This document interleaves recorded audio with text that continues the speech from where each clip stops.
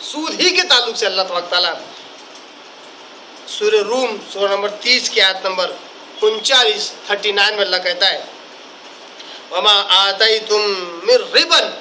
دیکھیے بڑی clear cut آیت ہے.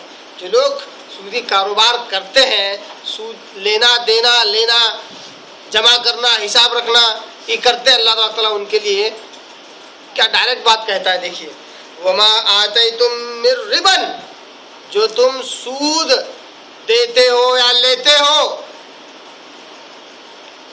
یربو فی اموال الناس، تاکہ لوگوں کے مال میں بڑھوتری ہو. فلا یربو عند اللہ، حقیقت میں وہ اللہ کے پاس بڑھتا نہیں ہے. تم تو لوگوں کے مال میں بڑھوتری کے لیے سود لے رہے ہو، دے رہے ہو. ولا یربو عند اللہ، اللہ کے پاس وہ مال بڑھتا نہیں ہے. سود کا مال، انٹرسٹ کا پیسہ اللہ کے پاس بڑھوتری نہیں دیتا بلکہ نقصان دیتا ہے. بس ظاہر وہ ہمیں بڑھتا ہوا نظر آتا ہے، حقیقت میں وہ بے برکتی، بے سکونی والا، پر ہزاروں پریشانیاں، بیماریاں، مصیبتوں سے گھرا ہوا ہوتا ہے، مصیبتوں سے بھرپور ہوتا ہے. یہ قرآن کی آیتیں تھیں جس سے معلوم ہوتا ہے کہ یمحق اللہ الربا، اللہ تبارک تعالیٰ سود کو برباد کرتا ہے. ایک حدیث پاک بھی ہم دیکھ لیتے ہیں جس میں جو مسند احمد، موطا امام مالک، ابن ماجہ اور مستدرک حاکم کی حدیث ہے. حضرت عبداللہ ابن مسعود رضی اللہ تعالیٰ عنہ اس حدیث کے راوی ہیں. عبداللہ ابن مسعود رضی اللہ تعالیٰ عنہ عن النبی صلی اللہ علیہ وسلم قال الربا وإن كثر فإن عاقبته إلى قل. کیا کہا صلی اللہ علیہ وسلم نے؟ کہا کہ الربا، سود، سودی کاروبار، وإن كثر، بھلے ہی وہ بہت زیادہ کیوں نہ ہو. ٹھیک ہے، 14.5 سال علیہ وسلم نے بات بیان کی. پورے مارکیٹ میں اگر سود سود سود سود بغیر سود کے، بغیر انٹرسٹ کے کام ہوتا ہی نہیں، ایسا بھی ہو جائے پورا مارکیٹ سود اور سودی کاروبار سے کیوں نہ بھرا ہوا ہو. آپ صلی اللہ کہتے ہیں وإن كثر، بھلے وہ پورا کا پورا بھر جائے، پھیل جائے، سودی کاروبار کی کثرت کیوں نہ ہو جائے، فإن عاقبته إلى قل، اس کا انجام ہمیشہ قلت ہوتا ہے، کمی ہوتی ہے، تنگ دستی ہوتی ہے، فقیری، بھیک منگی اور محتاجی ہوتی ہے. اس کا انجام کیا ہوتا ہے؟ سودی کاروبار کا انجام ہمیشہ کمی کی طرف جاتا ہے. وہ ظاہر ایسا لگتا ہے کہ پیسے بڑھ رہے ہیں، لوگ کرتے ہیں آج کل کیا کرتے ہیں، بینکوں میں 5 لاکھ روپے آج ڈپازٹ کرتے ہیں بیٹی کے نام پہ. معلوم ہے کہ بیٹی کو بڑے ہونے کو اور 10 سال تو ہے، تو 10 سال میں وہ 5 لاکھ 15 لاکھ بن جاتے ہیں. تو جو 10 لاکھ بغیر کسی محنت و مشقت کے آ رہے ہیں، تو یہ 15 لاکھ بیٹی کے شادی میں کام آئیں گے، اس کے دہیج دینے میں کام آئیں گے، اس کے فلاں کام میں کام آئیں گے.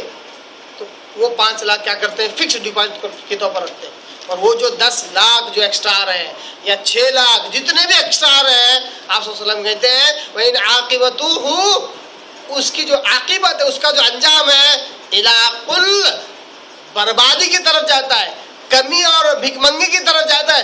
ہمیں بظاہر ایسا لگ رہا ہے کہ 5 کا 15 ہو رہا ہے، 5 کا 10 لاکھ ہو رہا ہے، ڈبل ہو رہا ہے پیسہ فکس ڈپازٹ سے، ایف ڈی سے. مگر حقیقت آپ صلی اللہ علیہ وسلم کہتے ہیں وہ نقصان کی طرف جا رہا ہے، وہ بربادی کی طرف جا رہا ہے. ہوتا ہے لوگ بات کو سمجھتے نہیں ہیں، بیٹی کی محبت میں آ کر ایسا اس طرح پیسہ جمع کرتے ہیں. جب وہ پیسہ مل جاتا ہے، سودی پیسہ جب مل جاتا ہے، بیٹی کی شادی میں خرچ کرتے ہیں، خوشی خوشی لاکھوں کا منٹپ، لاکھوں کے باراتی، لاکھوں کا کیا کہتے ہیں دہیج دے کر جب یہ کام ہوتا ہے، معلوم ہوتا ہے کہ بیٹی کی زندگی اب وہاں سے بجائے سکون اور چین کے چلنے کے پریشانیوں کے ساتھ چل رہی ہے. بیٹی 2-4 دن بعد، 2-4 مہینے بعد گھر پہ آ جاتی ہے. کیا ہوا؟ بولے ساس سسر کا ظلم ہو رہا ہے، شوہر کا ظلم ہو رہا ہے. پھر 1-8 سال بعد خبر آ جاتی ہے کہ بیٹی نے اپنے آپ کو جلا کر ختم کر لیا، ظلم سہن نہیں کر سکی. کون ہے اس کا ذمہ دار؟ میں کہتا ہوں سب سے پہلا ذمہ دار باپ ہے. حلال کماتا، حلال کھلاتا تو انجام بھی بہتر ہوتا. کمایا حرام، کھلایا حرام، سارے کام تو اس کے نتائج بھی غلط ہی نکلیں گے، اس کے نتائج بھی نقصان دہ ہی نکلیں گے۔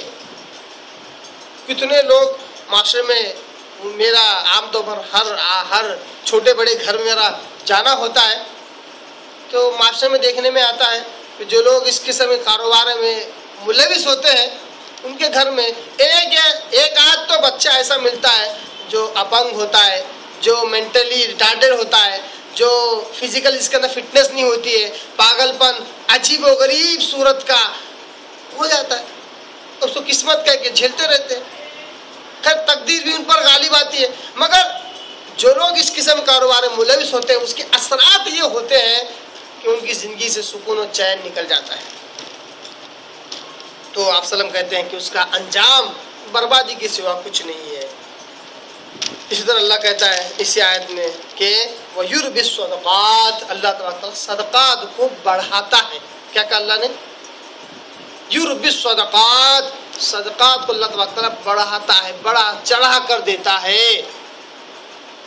ایسا کہ اللہ تعالیٰ اس سے پچھلی آیتوں میں بھی کہا کہ وَمَا تُنْفِقُوا مِنْ خَيْرٍ يُوَفَّ إِلَيْكُمْ، اے لوگوں جو کچھ تم اللہ کے راہ میں خرچ کرو گے وہ تمہیں پورا کا پورا لوٹا دیا جائے گا، وَأَنْتُمْ لَا تُظْلَمُونَ، اور تم پر ظلم نہیں کیا جائے گا۔